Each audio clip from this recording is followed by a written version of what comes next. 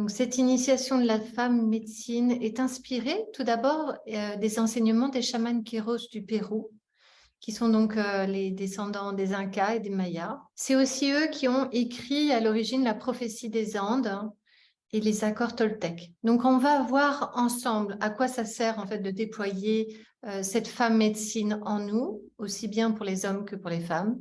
Qu'est-ce que ça peut bien nous apporter et surtout, qu'est-ce que ça vient résoudre également dans notre vie au quotidien?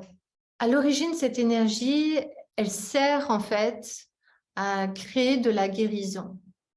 Elle sert aussi à impulser de l'évolution. Donc, elle apporte beaucoup d'indépendance et elle est assez impactante. C'est une énergie qui est très subtile, mais très puissante. Donc, c'est ça ce qu'on va voir aujourd'hui. C'est comment faire pour lui laisser un espace d'expression, un espace pour en faire quelque chose, aussi bien au niveau professionnel que familial, que personnel. Donc, ça fait maintenant environ 5 ans que j'anime des cercles. La priorité que je sens être une urgence, c'est de mettre beaucoup plus de magie, de sacré, d'humanité dans sa vie, de donner plus de sens et de raison d'être à sa carrière, à sa posture dans sa famille, à sa posture dans son entourage et dans cette contemporanéité dans laquelle on vit actuellement. Le plus gros problème, c'est de définir quel est le souci en fait. Qu'est-ce qui se passe? En qui faire confiance et en quoi faire confiance pour trouver la solution? Comment trouver la réponse à ce ressenti intérieur qui ne trouve pas sa place dans le système comme il est proposé? Et aujourd'hui, je vais faire en sorte de vous apporter le plus de clarté possible pour que vous puissiez justement savoir si oui ou non c'est quelque chose qui répond exactement à ce dont vous avez besoin et ce que vous cherchez. Ce qui est intéressant dans ces sagesses ancestrales des Queiroz, c'est que c'est une approche qui est ultra moderne finalement et compatible avec notre système. C'est pour ça qu'elle est si percutante. Donc l'initiation, elle consiste en 4 étapes d'intégration qui sont les 4 pouvoirs fondamentaux finalement. Et je vais vous présenter également l'association de ces 4 pouvoirs fondamentaux avec le système de la roue de la médecine et comment cette roue de la médecine, finalement, amène une approche de la guérison et de l'évolution au quotidien. Cela permet du coup, en fait, de vous donner une vision globale et en même temps pratico-concrète de ce que veut dire l'intégration et l'initiation de la femme médecine. L'initiation commence avec le premier pouvoir, qui est le pouvoir de l'espace sacré. Comment créer son espace sacré? Ça, c'est la base de toute l'aventure, quelle qu'elle soit, avec vous-même sur cette vie sur Terre. Quand on n'a pas ce pouvoir, en fait, pour gérer son espace sacré, ça va être compliqué de trouver un ancrage qui soit ultra solide et surtout exponentiel. Parce que, voilà, on peut avoir un ancrage dans la terre parce qu'on a une bonne situation, parce que, voilà, on a réussi à avoir une belle maison, on a tout ce qu'il faut, donc on peut se considérer comme bien ancré dans le système. Mais l'idée, là, c'est d'avoir un ancrage qui soit en résonance avec son énergie propre. Et combien de femmes ont une situation ou une carrière qui est très stable, mais par contre se sentent à petit feu s'éteindre et se sentent qu'elles n'ont pas réellement de place par rapport à l'élan intérieur, par rapport à la magie qu'elles ont envie d'apporter dans leur quotidien. Donc, c'est un vecteur commun que j'ai remarqué et qui m'a fait approfondir cette notion d'ancrage. Donc, mais avant cela, je voudrais qu'on revienne sur le fait que si on se retrouve dans cette situation aujourd'hui, c'est parce qu'en général, on n'a aucune idée de comment faire autrement. Et ça, c'est le plus important. Donc, c'est pas parce qu'on a un problème, c'est pas parce que on n'a pas la capacité de ou qu'on n'a pas l'information. C'est juste qu'on n'a pas l'éducation à co-créer avec cette énergie. Donc, en général, il se trouve que tout a l'air à peu près correct dans notre vie, tout est normal, mais dans les résultats, il y a quelque chose qui ne prend pas forme comme on veut. Il y a un décalage entre ce qu'on croit qu'on est capable de faire et ce qu'on réalise réellement. Et on sent qu'il y a un fossé qui se creuse au fur et à mesure, au fil des années, et qu'on n'arrive pas du tout à créer le lien et le pont. Donc, pour vous donner une idée de comment ça se manifeste, c'est de la procrastination, c'est la conséquence de ce fossé. On fait parfois beaucoup de listes, on se fait aussi beaucoup de promesses. On a beaucoup d'idées créatives, mais ça part dans tous les sens et on n'arrive pas à tenir l'endurance, je dirais. On n'arrive pas à impulser définitivement l'envol et le déploiement de façon magique, de façon paisible, de façon sereine. Donc ça, c'est les conséquences, je dirais. On essaye, avec les moyens du bord, de créer quelque chose qui va rester assez superficiel, mais on n'a pas le cœur à l'action, vous voyez. On n'est pas dans le vif du sujet. Quand vous avez intégré l'énergie de la femme médecine, vous savez tout de suite qu'il y a tout votre être, tous vos tripes qui sont engagés. Donc, si vous ne ressentez pas ça et que vous avez beaucoup de cette sensation de pédaler dans la semoule, c'est que l'énergie féminine, du féminin sacré, de la femme médecine, de la guérison, de l'évolution, n'est pas enclenchée, n'a pas été injectée. Et l'idée dans la protection et de son espace sacré, c'est de se retrouver dans l'œil du cyclone, en fait, de se poser dans le centre de soi et que tout ce qui se passe aux alentours soit source d'inspiration, de rénovation, de résolutions différentes, mais qu'on soit toujours dans l'œil du cyclone. Parce que sinon, si on n'est pas dans l'œil du cyclone, si on n'est pas dans cet espace sacré, on est soumis aux pressions, aux météos de la vie, aux attitudes extérieures, aux aléas des événements, à toutes sortes de réalités qui sont associées au système et on ne va pas réussir à se poser et le fossé finalement va se creuser au fur et à mesure de plus en plus, créant ainsi des dualités. Et le monde des dualités, c'est un monde que l'on côtoie au quotidien.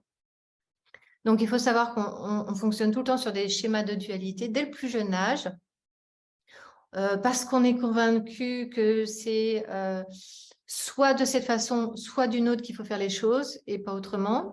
Et c'est ce qu'on nous apprend. D'ailleurs, dans le monde même de la spiritualité, c'est soit on fait du business, soit on est dans le monde de spiritualité. Mais c'est très compliqué d'associer les deux. Enfin, on apprend dès le plus jeune âge qu'il y a des choses qui sont bien, il y a des choses qui sont mal, qu'on peut avoir des bonnes idées, mais aussi des mauvaises idées, qu'on est belle ou qu'on est laide. Enfin, il y a tout un ensemble de pressions qui fait que c'est très compliqué pour nous de se retrouver dans un espace qui soit toujours serein, paisible, où il n'y a plus besoin de se retrouver dans la dualité.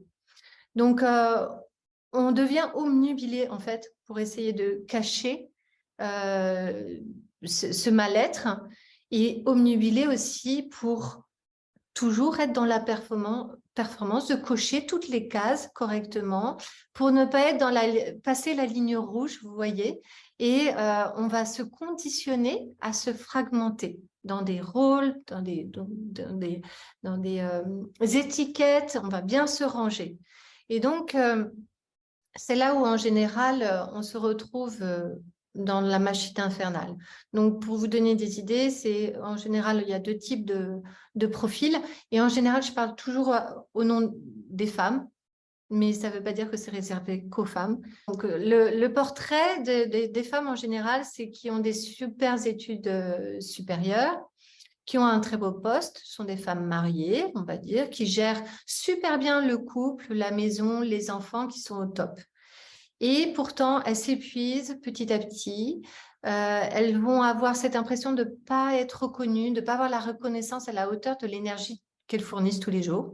Et elles vont se sentir lésées. Et puis, pourquoi pas se finir sur un burn-out. Donc voilà, il y a ce profil-là. Peut-être c'est le vôtre, vous pouvez dire oui, ça c'est tout à fait moi. Puis il y a l'autre profil, ce sont des femmes célibataires qui se cherchent, qui prennent le temps de s'écouter et de se chercher, qui vont tâtonner, qui vont faire plein de formations, qui vont essayer plein de choses pour développer cette élévation de conscience, cet éveil. Et elles sont très présentes pour les autres en général. Elles sont très dédicacées pour les autres, mais elles ne se valorisent pas. Petit à petit, puisqu'elles n'ont pas réellement de place reconnues, elles vont se trouver de plus en plus nulles. Pourtant, elles ont une énergie assez solaire, hein, elles dégagent une belle énergie, mais elles vont développer une sorte de dépression silencieuse. Donc, c'est ce que j'appelle en fait, dans les deux cas, être dans une prison dorée, c'est-à-dire que justement cette énergie féminine qui est si lumineuse, si subtile, qui est dorée, qui rayonne, elle est emprisonnée. Alors, elles arrivent à la dégager et en même temps, elle est prise en otage pour servir des fonctionnements et des systèmes, des règles qui sont au final aliénantes, qui ne sont pas alignées à leur énergie de vie à elles.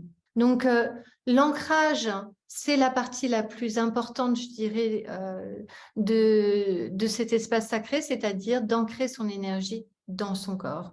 Et donc, il y a une approche que j'ai élaborée qui s'appelle la formule des 3 P. Et on va voir comment cette formule nous met en sécurité, nous met en protection, permet beaucoup de confiance en soi, de protéger son espace vital. Donc, quand je dis créer un espace sacré, ça ne veut pas dire je pars prendre un rendez-vous pour me faire un massage et du coup, je prends soin de moi. Donc, comment faire? Il va falloir, à l'intérieur de soi, en fait, mettre des frontières, mettre des limites. La femme est faite en général pour plaire, pour répondre aux besoins des autres. Donc, soit, en fait, vous êtes une femme super douce, avenante, et qui, du coup, ne fait pas de bruit dans sa vie de tous les jours, qui cherche à ne pas déranger les autres et qui va avoir encore une fois, tendance à se sentir nulle et moins intelligente. Et vu de l'extérieur, on va avoir l'impression qu'elle est vulnérable. Voilà. Alors qu'à l'intérieur, en fait, elle sait, elle, que son énergie vitale est très forte. Elle a une certaine conviction, une détermination, mais qu'elle n'arrive pas à manifester. Donc ça, c'est typiquement le lieu où l'espace sacré doit être déployé. Ensuite, on a l'autre profil de la femme qui est beaucoup plus masculine, peut-être, enfin qui répond mieux au système, qui est peut-être plus yang, et qui a donc une profession qui est reconnue, qui a une certaine autorité, qui contrôle bien les choses, qui est plutôt très submergée aussi, qui remplit bien son quotidien. Enfin, voilà, elle n'a jamais le temps pour faire plus. Et en général, elle suscite plutôt l'admiration. Et pourtant, elle est épuisée et vidée parce que toute son énergie de guérison et d'évolution féminine est au service des autres et non pas de sa raison d'être réellement. Donc ça, c'est deux portraits aussi qui rejoignent. À chaque fois, je ferai des correspondances. C'est un peu toujours les deux mêmes portraits qu'on va voir avec des approches différentes. Donc la première étape consiste justement à se donner la permission d'oser de rentrer dans son espace, d'oser de rentrer en soi et de se connecter à cette énergie qui, vue de l'extérieur, n'est pas une énergie importante. Et pourtant, cette énergie, c'est l'énergie que l'on associe au monde du serpent, c'est l'énergie de guérison. Et c'est elle qui va montrer le chemin de la guérison. Donc, tout ce qui va se passer grâce à cette énergie est encore inconnu. Et une fois que la personne s'est donné la permission de pénétrer dans cet espace-là, dans son temple sacré en fait, son énergie va naturellement se mettre en place et elle va naturellement s'éveiller, je dirais. Vous allez automatiquement apprendre à la protéger. Ça va se faire assez intuitivement et évidemment, il va y avoir d'autres aspects à jalonner et ce sera la deuxième étape de protéger cet espace avec de la pratique. Et une fois qu'on est dans ce monde-là, en fait, on est dans le monde de la jaguar, où on va chasser de guérison, de blessures, d'abandon, de rejet, d'humiliation de l'enfant intérieur, de gérer les peurs et de gérer beaucoup de schémas toxiques, en fait, dans lesquels on fonctionne en règle générale de façon complètement automatique. Et ça va nous permettre d'arriver dans la troisième étape, qui est l'étape de la puissance, de révéler sa puissance, de devenir donc autonome par rapport à son énergie, sur une posture qui est plus alignée, plus adéquate, prendre des décisions qui vont être plus évidemment justes et appropriées. Et c'est comme ça que ce chemin, en fait, va devenir de plus en plus jalonné d'expériences qui vont être lumineuses, qui vont être appropriées. Et donc là, on est dans le monde du colibri.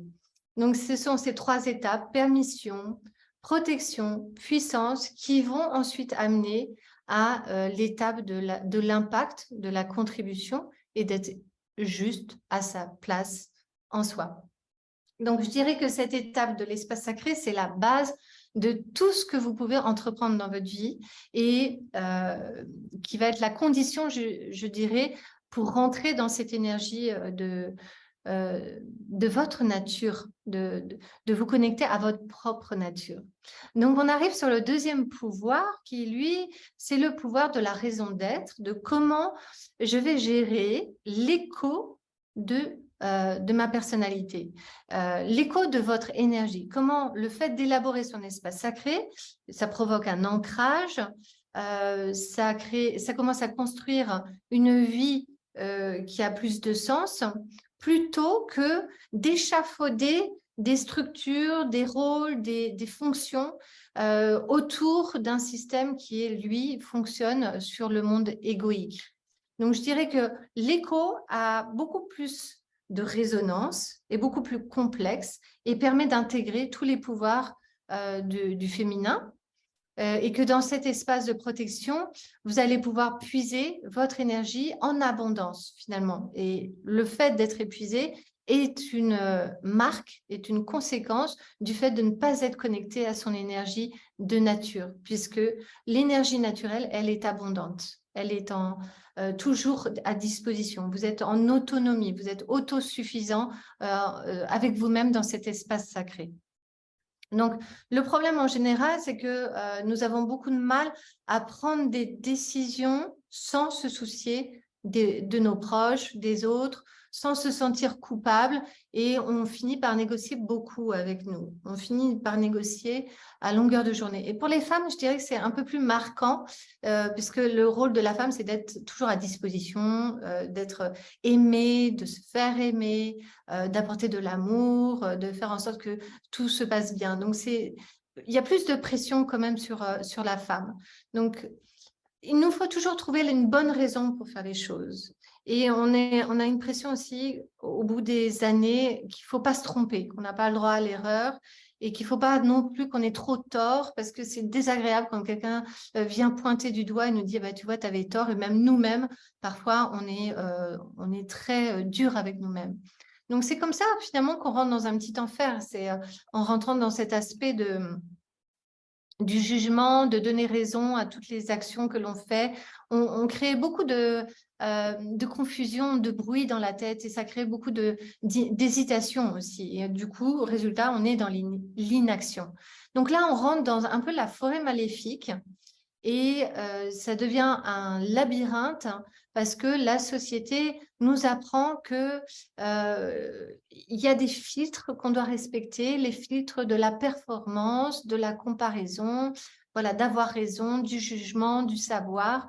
Donc, c'est incroyable d'imaginer le temps et l'énergie qui est gaspillé à scruter, à évaluer tout ce qui a été fait, tout ce qui est passé, que ce soit aussi bien d'il y a 1 heure, d'il y a 2 minutes ou d'il y a 10 ans, vous voyez.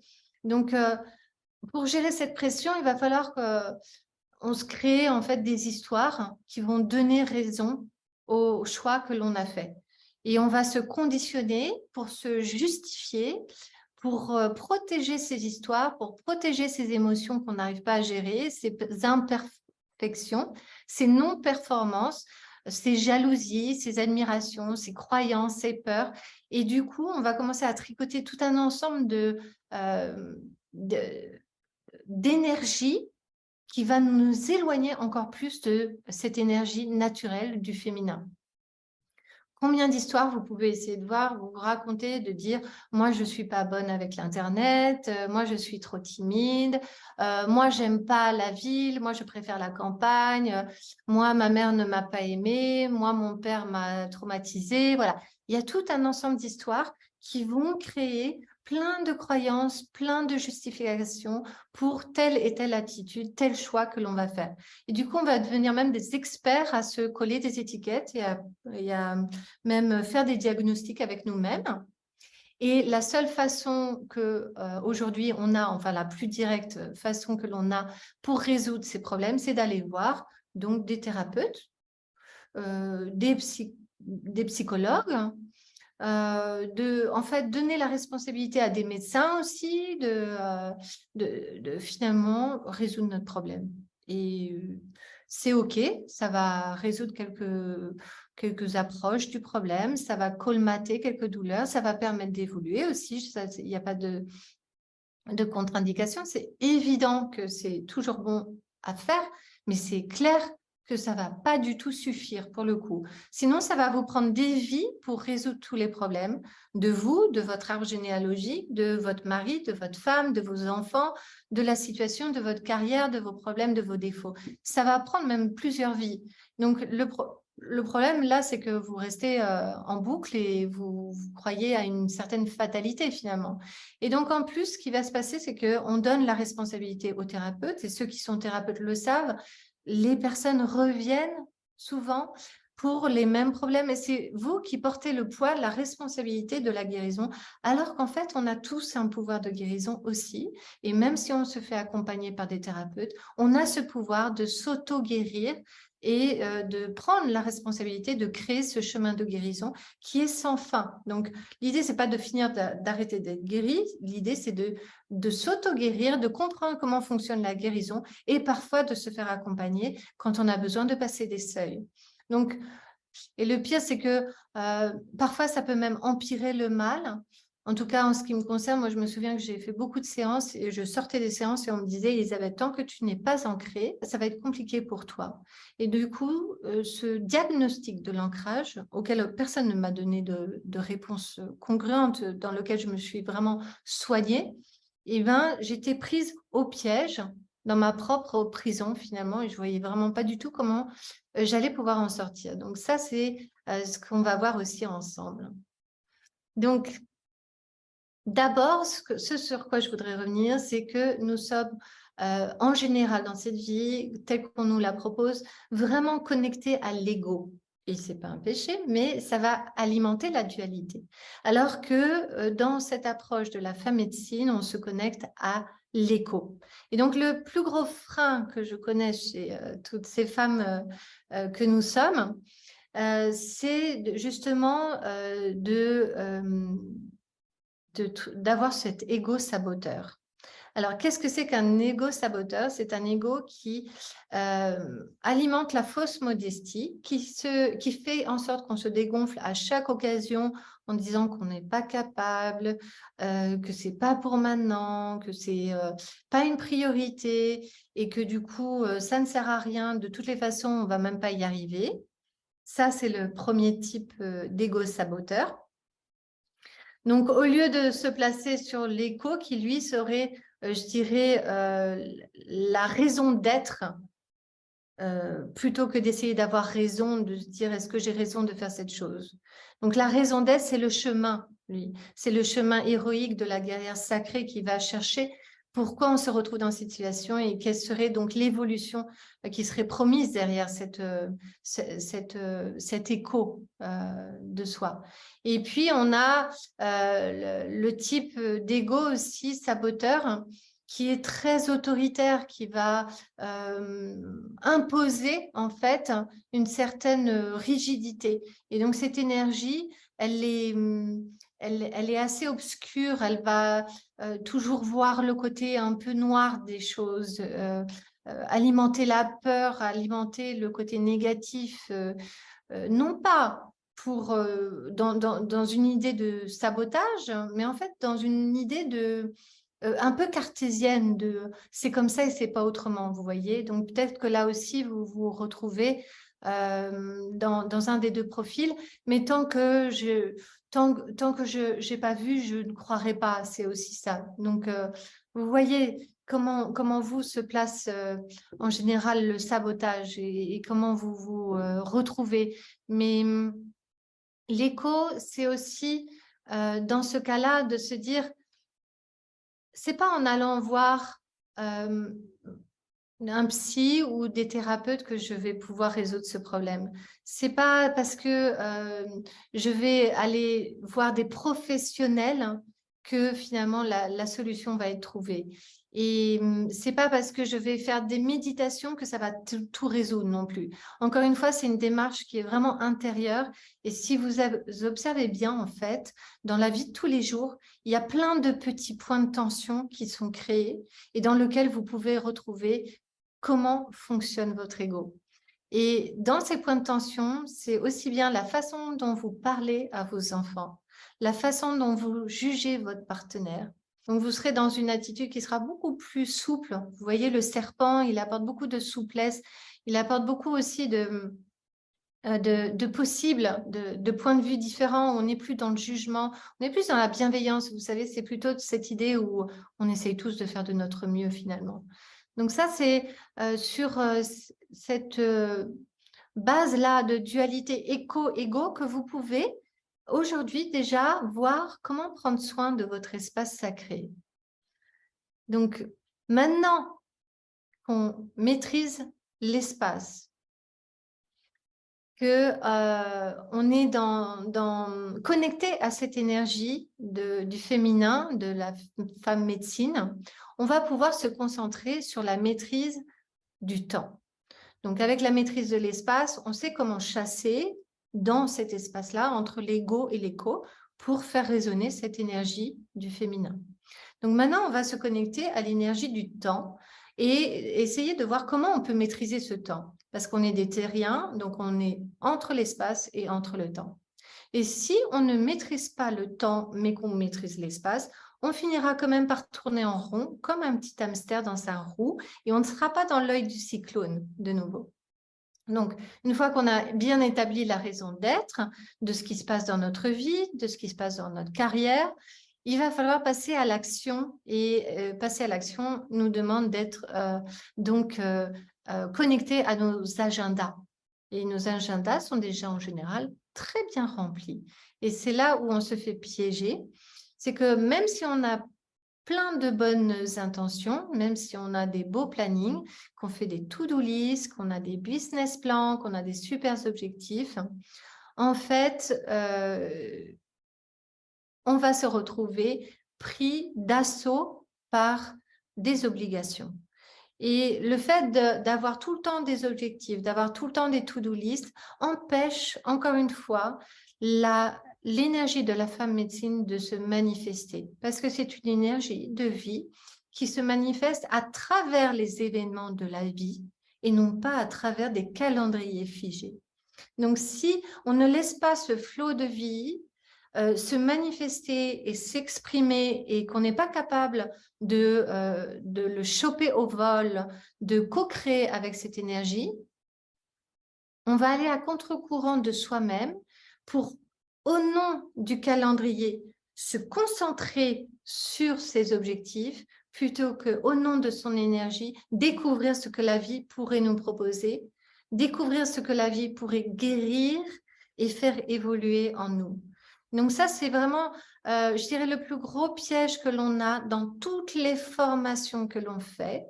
C'est on nous propose des objectifs précis, on fait ces formations pour faire des choses, mais on n'apprend pas à être synchronisé avec soi-même, avec sa propre énergie. Et donc là, les résultats vont être parfois très dissonants, très discordants entre ce qu'on a envie, l'élan de réaliser, la vastitude, la grandeur de ce qu'on pourrait proposer et la médiocrité des résultats obtenus au quotidien. Donc là, encore une fois, le fossé il devient terrible parce que nous sommes conditionnés par nos objectifs et nos résultats au lieu de se laisser porter par l'énergie de vie elle-même. Donc, comment on fonctionne et qu'est-ce qui fait qu'on est tellement accroché à nos objectifs? C'est qu'on a une vision donc très linéaire des choses, très mentale. Tout se tourne autour de méthodes. L'action provoque la réaction. Donc, si tu fais ça, il va se passer ça. Ça, c'est très logique et c'est très cartésien et c'est très rassurant. C'est surtout très paresseux, en fait. Et le cerveau, il est très paresseux. Donc, il ne va pas chercher plus loin. Si tu fais ça, tu vas obtenir ça. Sauf que ce n'est pas l'énergie de vie. Ça, c'est une énergie qui est contraire à l'énergie de la création. Donc, il y a toute une forme de rigidité dans le monde linéaire qui a aussi un aspect assez yang. Et on est bien d'accord que dans cette énergie yang, on a besoin de placer des actions, de les planifier, d'être dans la matière, de fragmenter les choses, d'être linéaire. Et on découvre qu'une chose en amène une autre et qu'une expérience est toujours productive. Et même s'il y a un échec, on continue. Donc ça, c'est une énergie qui est yang, qui est ultra importante de canaliser et de mettre en place. Mais l'ancrage ne va pas suffire à ce niveau-là. Il faut pouvoir ancrer cette énergie féminine dans tout ce que l'on fait. Et il y a beaucoup de personnes qui me disent que, par exemple, tant qu'elles sont dans ce schéma, elles ne vont pas pouvoir réussir à se libérer. Tant qu'elles sont dans cette blessure, elles ne vont pas pouvoir réaliser tel ou tel rêve. Et donc, quand on fait ça, si vous voyez sur le schéma, donc on est tout le temps orienté sur le passé. Et en même temps qu'on est tourné vers le passé, on projette le passé dans le futur. C'est très simple, c'est la flèche qui traverse le temps du passé au futur. Et nous, on est planté au milieu, dos à notre présent. Et tout est prévisible, tout est probable, tout est déjà tracé. Et c'est linéaire. Donc, le problème ici, c'est que rien ne va se résoudre. Il ne va pas y avoir de nouveautés. Et c'est là où la notion du temps, la maîtrise du temps va être super intéressante. Donc, par exemple, de ces femmes qui me disent, tant que je n'ai pas passé, par exemple, ma certification, je ne pourrai pas pratiquer. Avec l'énergie de la femme médecine, on va te dire, pratique et tu vas pouvoir passer la certification. En fait, on retourne complètement les situations et toutes les situations, les événements vont être retournés différemment.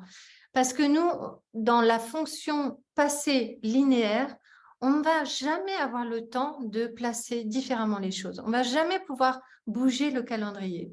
On va toujours obtenir les mêmes résultats.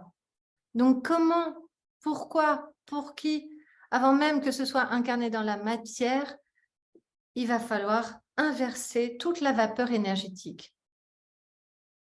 Le temps, c'est la seule chose que l'on possède qui est la plus précieuse parce qu'on ne peut jamais la rattraper. L'espace, on peut toujours essayer de pousser les frontières, réajuster, élargir.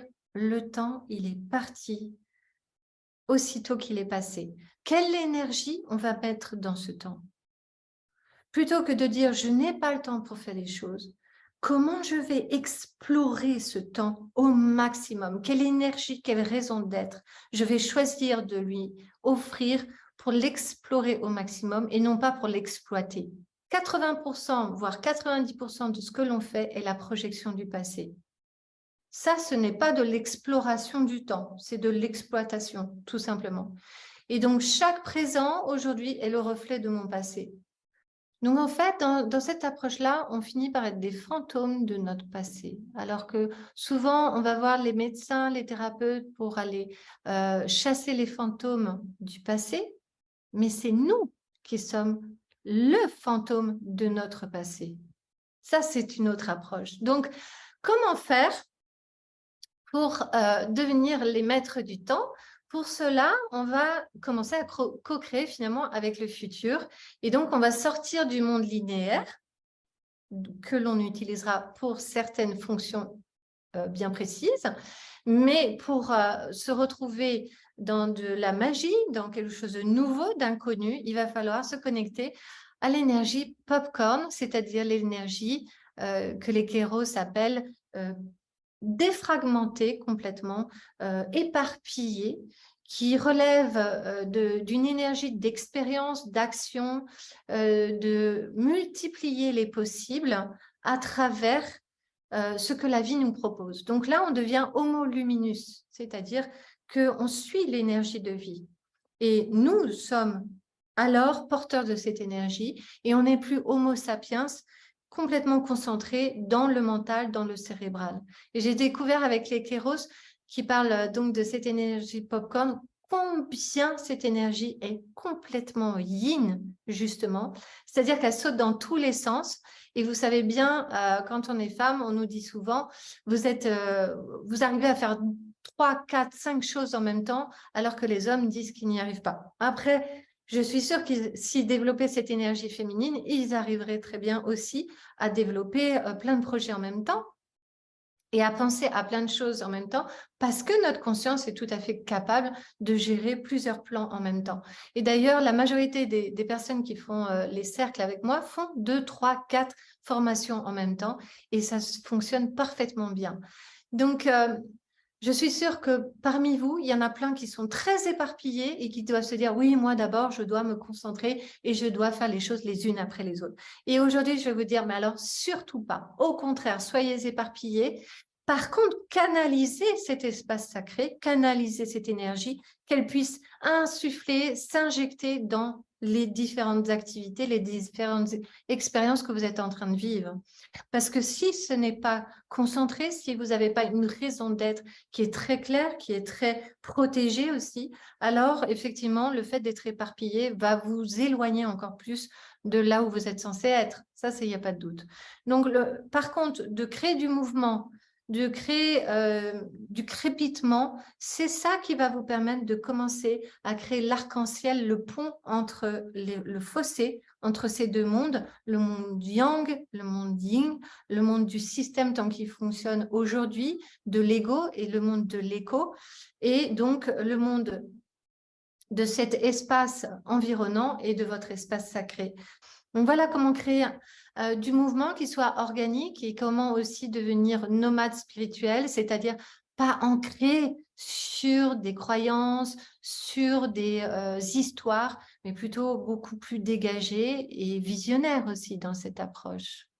On a vu comment maîtriser l'espace, comment maîtriser le temps et en quoi ça consiste et à quoi ça sert.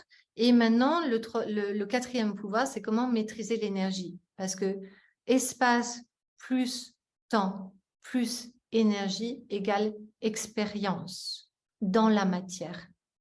Et c'est ce qu'on veut, c'est que cet élan intérieur de cette force du féminin, de la femme médecine, devienne quelque chose de valorisé, devienne une énergie qui donne matière à un projet, qui donne naissance. Voilà, que votre conviction soit toujours alimentée, soit en abondance, que la pertinence de vos actions soit juste, même s'il y a des résistances. Comment être dans le flow, voilà, c'est comment gérer le stress de l'ego, les pressions de l'entourage et être parfaitement à l'écoute de sa destinée.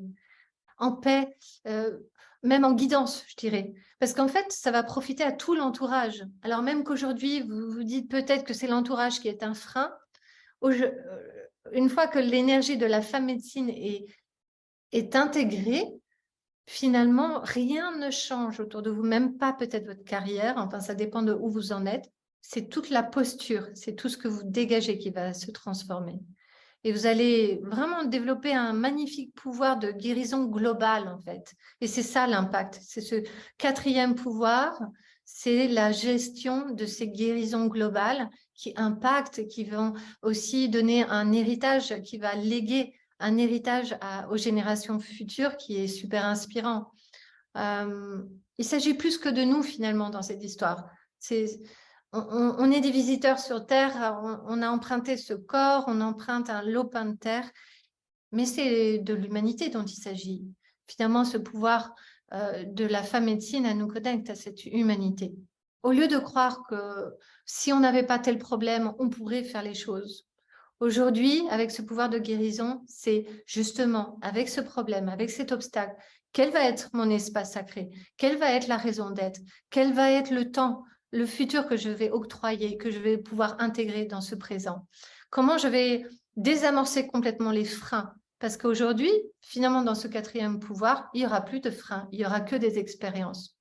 On a cette approche de l'homo sapiens qui, lui, est très dépendant donc d'un espace, d'un temps imparti, de croyances, de conditionnement, d'un système. Voilà, ça c'est, on est dans cette idée d'un cerveau qui, comme cette image le montre, est accroché à plein de points différents. Et ce qui se passe en général dans ce mode de fonctionnement, c'est qu'on défend un principe, on défend une croyance, ongle et bec, avec une énergie de fou, alors même que cette croyance, ce principe, ce système va à contre-courant de notre énergie naturelle. Et ça, c'est terrible parce qu'en fait, on se met en difficulté tout seul. On ne voit pas à quel point on est en train d'être comme un hamster dans une roue à essayer de trouver la solution alors que c'est nous-mêmes qui nous mettons dans cette difficulté. Et donc, ça va influencer terriblement tous les types de résultats professionnels et personnels que de défendre des principes, défendre des objectifs. Donc, l'idée, ça va être d'injecter une nouvelle énergie. En tant que parent, par exemple, on défend une autorité. On nous doit ou en tant que boss d'ailleurs aussi, voilà, on a cette idée de hiérarchie où il faut respecter l'autorité et ça stigmatise terriblement les personnes, ça stigmatise des rôles. Il y a des moments où l'ego il est en panique, il se dit mais non, là, on est en train de passer des frontières que je ne connais plus. Et c'est ça l'énergie de la femme médecine, elle vient prendre le relais, c'est elle qui a l'écho, c'est elle qui trouve la réponse et qui va trouver la guérison, qui va trouver l'évolution. Donc on a vraiment besoin d'elle et on le sait.